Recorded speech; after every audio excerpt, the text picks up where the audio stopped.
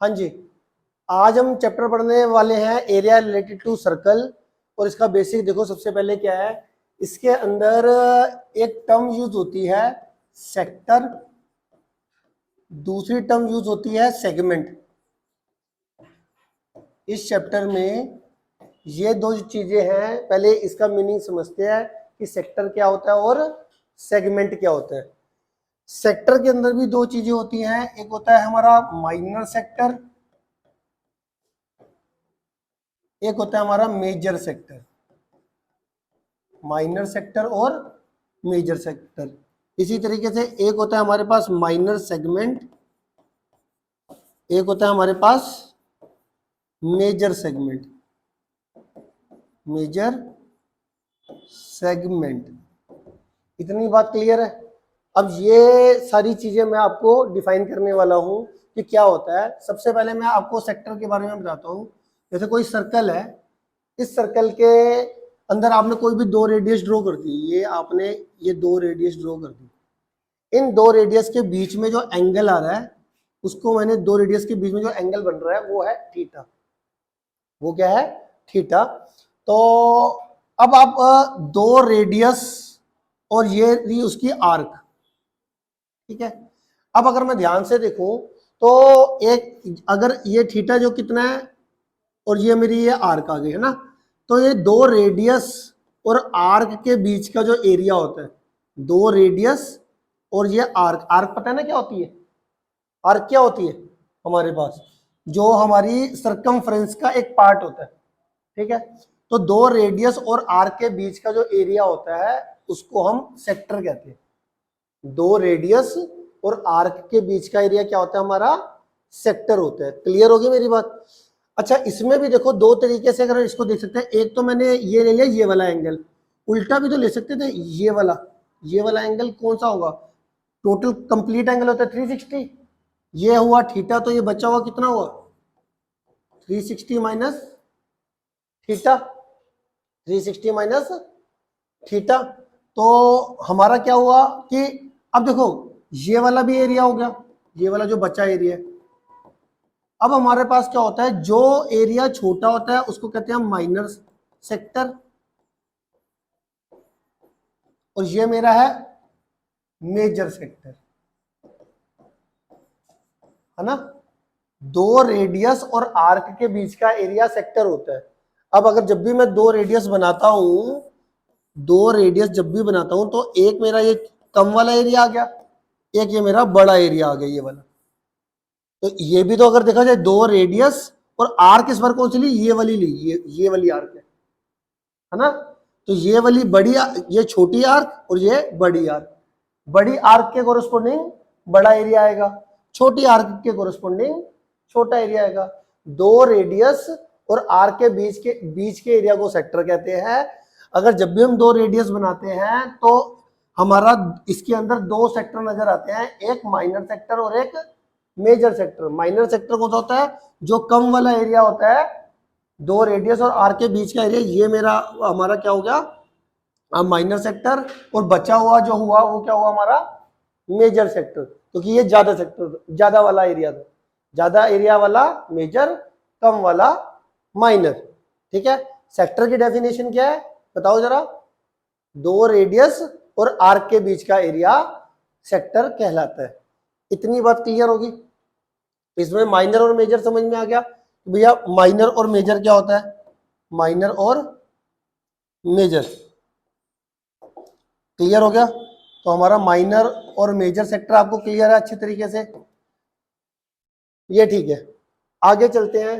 अगला है हमारा जी सेगमेंट। अगला है हमारे पास सेगमेंट। सेगमेंट क्या होता है? हमारे पास एक सर्कल बना दिया, इसमें भी मैंने, अब इसमें मैं एक कोड बनाऊंगा। मतलब मैंने ए बी एक कोड बना दी। कोड तो आपको पता ही है ना, कोड क्या होती है? सर्कल के किसी भी दो पॉइंट को ज्वाइन कर दोगे तो कोड बन जाती है। तो कोड और आर्क के बीच का एरिया। अब इसमें भी देखो, ये कोड के नीचे एक आर्क है और एक कोड और ये बड़ी आर्क के कोरस्पोंडिंग है। तो ये जो आपका आता है ये वाला एरिया कोड और आर्क के बीच का एरिया, ये आपका क्या हुआ, माइनर सेगमेंट। और जो ये बच्चा बच्चा वाला एरिया है वो क्या हो गया हमारा, मेजर सेगमेंट। ठीक है, अब मैं ये मान लेते हैं सर्कल का सेंटर है, इसके बीच का जो एरिया है ये थीटा।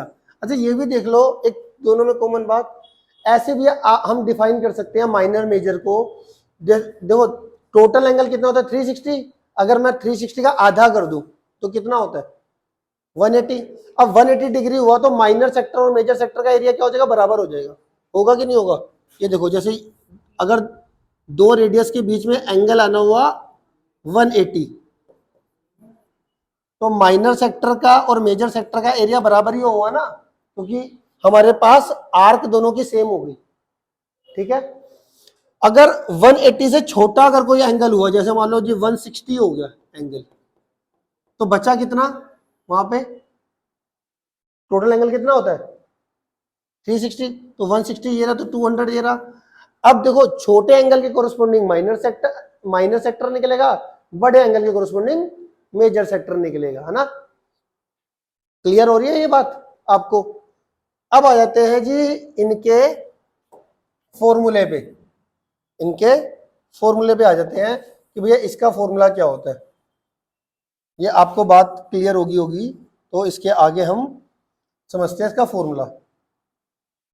ठीक है, तो सबसे पहले मैं आ जाता हूं सेक्टर पे, सिर्फ सेक्टर का फॉर्मूला डिस्कस कर लेते हैं।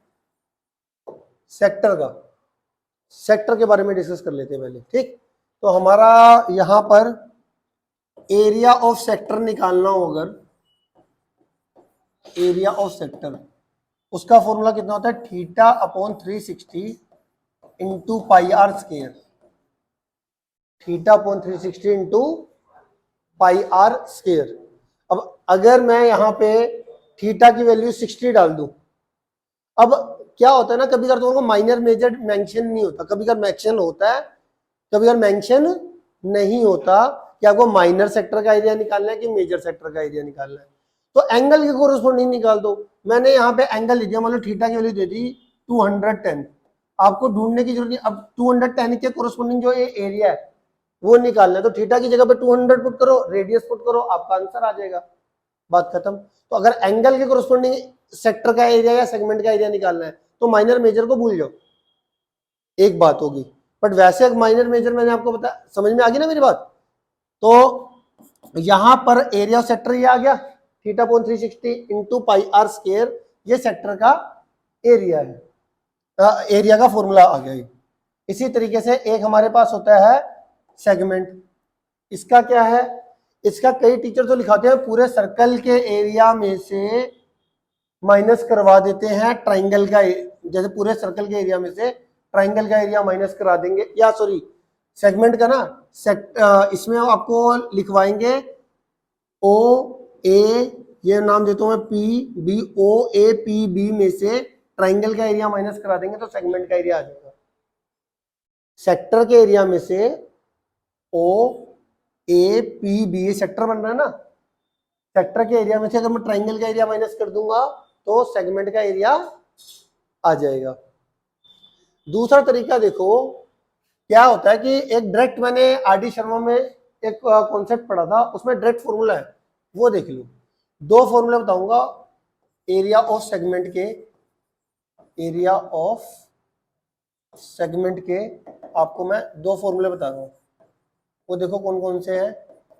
Pi theta upon 360 minus sine theta upon 2 into r square, into r square. एक और इसका फॉर्मूला होता है हमारे पास पाई थीटा अपॉन 360, ये चीज तो सेम होती है, माइनस इसकी जगह पे क्या होता है साइन, ये थीटा एंगल के नीचे अपॉन 2 है सिर्फ, कोस एंगल के नीचे अपॉन 2 है, cos theta upon 2, sine theta upon 2, cos theta upon 2 into r square.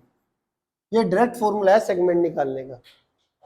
जिस भी एंगल के कोरस्पोंडिंग आपको सेगमेंट निकालना है, सेगमेंट का एरिया निकालना है, ठीक है, एरिया और सेगमेंट निकालना, तो वो आपको डायरेक्ट फॉर्मूला मैंने दे दिया। एक तो तरीका है कि आप सेक्टर में से ट्राइंगल का एरिया माइनस करो, तो कई स्कूल टीचर्स ऐसा कराते हैं, तो आपकी मर्जी है जो सा लगे।